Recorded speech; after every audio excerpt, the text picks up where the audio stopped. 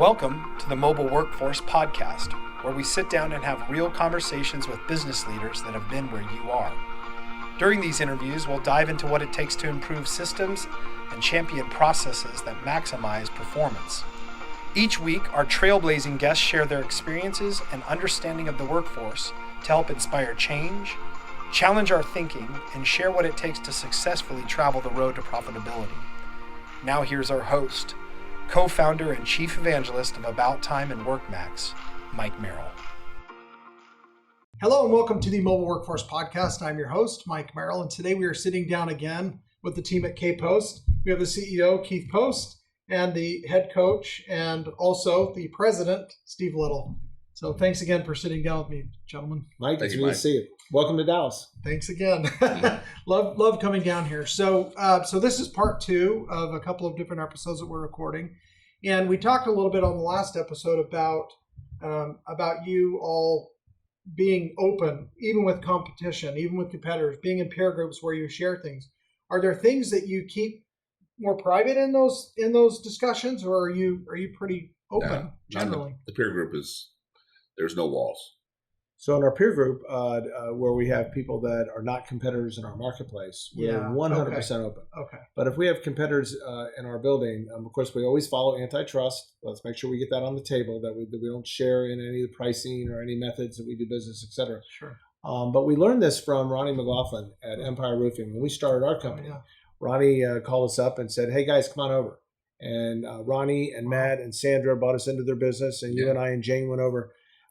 And they just showed us their business, and they said, "This is what's made us successful. And if there's anything we can do to help you, you need at that point, do you need a kettle? Do you need a Leister? Do you need anything?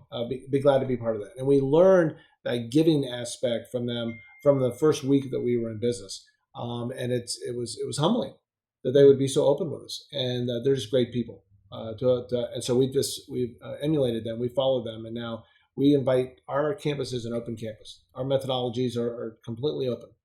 And if we can help raise the industry because of the way we do something, so be it. Competition's better. I mean, competition is good. It makes you better. So we have an open door policy. People need to know something. They need to borrow something. Even our local compadres, we share. But when we go to market, we're bulldog. We want to win. We don't like second. Second, you lost. So and that's how we go as a team. When we go and present ourselves on projects, we bring in our offense, our defense. We have 6 to 7, maybe 10 people in a room, and everybody has a role. And we role play before we get there. So we know what that customer's needs are and their wants, and hopefully we check all those boxes before the end of that meeting. And we're pretty successful there. Most our general contractors or construction management companies are looking to avoid risk. Yeah. And so we'll take them through mobilization to demobilization. And then because we're built with an offense, defense, special teams, our offense, our sales team, and our estimating team are working with the owner. Because when we're finished with the general contractor, we have to own that building for 20 years. Right. You know, the manufacturer's warranty say you only have for 2 years. Well, that's not how we work. No. We're looking at buildings now that we started 19 years ago. Wow. Fortunately for us, in many cases, they don't need work because we're servicing those on a regular basis, and then we're extending. So you're the life. maintaining those as you go. That's interesting. I don't think that's common, is it? Is it common, and I just don't know? I think it's more common today. It was 30 years ago. But yeah. But technology, the world has changed so much.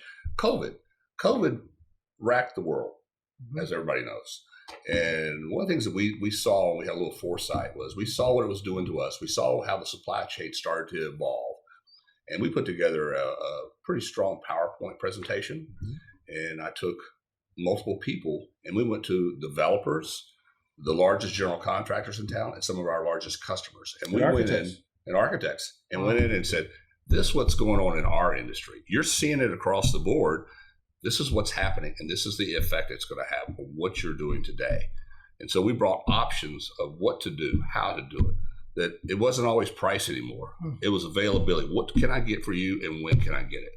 Because construction didn't stop. Construction continued to go. Prices started going through the ceiling. What are your options? We have a cellular division. That was an option for insulation. So that was a great win for us. But we opened those doors, And you cannot imagine the feedback we got from developers, from general contractors, some of the largest architects around HKS here locally, that just, they said, nobody in any industry has done what y'all have done. We educated folks. And we still have people calling us today from this year and a half, 2 years ago when we started this program that said, hey, remember that meeting? I need you to get in here because I've got a project and I'm in trouble. And so it was a great move. It was something that we thought about. I said, we got to get this out on the street. Let's go educate our customer. And it worked. In the previous segment, we talked about educating our people. Yeah. Well, it transcends to the customer also. It transcends to the manufacturer. We are educating manufacturers on how we do business that is making them better for the other roofers that are in the marketplace. And we're not doing this singularly in that process. Yeah. But we just feel that the more knowledgeable a buyer is, the more knowledgeable a supplier is, the better it's going to be for us in our industry. Oh, that's beautiful. We have this disease. We can't sit still. We're always trying to do better, and it's, we live by it. I mean, it's just, we wake up in the morning and we love to come to work because what can we do today to make something a little bit better? And that's what we do. It's amazing to feel. I use the word feel, not see. I mean, I see it too, but to feel the momentum that you continue to build. Mm-hmm. I mean, you guys aren't 30 anymore. No. Well, you're still bringing it every day. We wish we were 30. That's the saddest part. But we have people, the Warren Buffetts of the world, that are just still going every day. They may not be at the same speed they're going, but they're still, they haven't given up. They haven't said that age is going to be a barrier for them. Yeah. We know because of our workforce that we have to let go of some things, or we're going to lose people. Yeah, you reach an evolution in the business that somebody gets to a certain part and they can't grow anymore inside your company because we're still here. You're in the way. Okay, we're blocking the way because there's just no way to go up that ladder, to go up that staircase anymore. And so we're spending more and more time over the last couple of years backing out of the day-to-day operation and spending more into educating and mentoring our people. Larger vision stuff. But with our make people, it better. Yeah. And how we can maybe some of the nuggets that we've learned in building KPost Company, we can help other people with our peer groups or the industry. That's amazing. This story. We've worked with Empire Roofing as well in the past, and a great company, and now they're part of Tecta and a whole other thing. But I'd never heard that story before, so that's really, really cool to hear how they helped you guys. It kind of took you under their wing a little bit early on to mentor you. They did. And we had known them for a long time. Yeah. And we became close in our early years. And I think you will find that there are some great people in roofing. Yeah. I've talked to a number of people outside our industry that have come into our industry and said, wow, the quality, they're genuine. Sure, every industry has jerks. There's going to be a bad apple in a bunch. But there's some great people in our industry. You wouldn't have somebody like a Reed Ribble, who was a contractor. He went off to be a congressman and then came back and led our industry in the transition of what he did, and started a whole education program. And he really took the NRCA and made it a business. Really, he did a great job. And there's a lot of people like that in our industry. Yeah, and it's a term I use often too, but I love that you've really adopted the mantra of, your I think you said you learned it at Sales Transformation Group or discussed it. You're a businessman, and roofing is our byproduct. Your byproduct, right? That's just a fantastic way to look in our at particular things. Company, and just like what they had over at Empire, we have a transportation group. We have inventory control. We have cash management. When we interview these folks that come in, the kids from college, or they come in as interns or things like that, and then again inside our own KPU, we're teaching them that this is what's in our business. This is what makes things work. We have a captive that we worked with that is a insurance enterprise captive. It's not part of P&C captive. And so we're dealing with all the ancillary things that happen out in the marketplace and things you wouldn't think of. Business interruption. We're a roofing company. Who thinks about business interruption in a roofing company? Well, I think there was something called COVID and a pandemic that hit us. That was business interruption for our deal.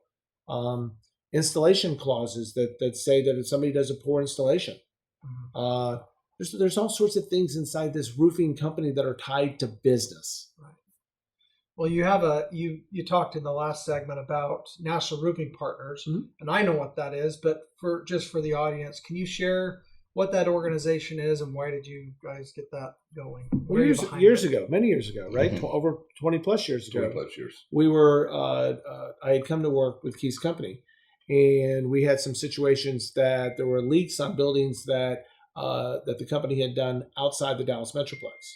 Okay. And so I was the vice president of business. So I went into Keith's office one morning and said, "Hey, I got something going on in Kansas City.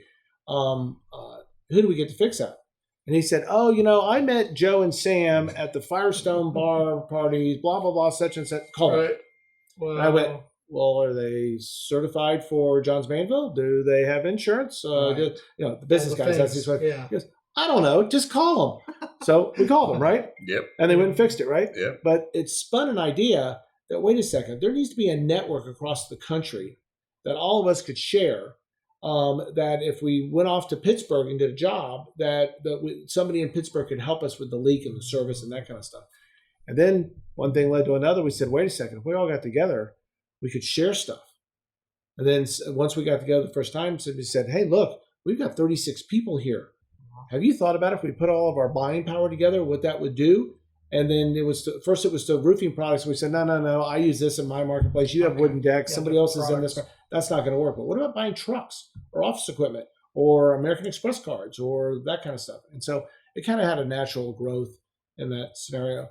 We started National Roofing Partners in 2007. Okay.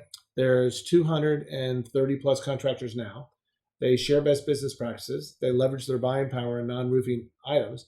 And they service regional and national accounts for roofing, waterproofing, and mainly remedial. We don't do any new construction side of the business. Okay. But we're there when there's an event, a weather event. Yeah. So there's a weather event in Florida, and we have 7 contractors in Florida, wow. And there were 9 contractors that sent crews to Florida to help those guys. Wow.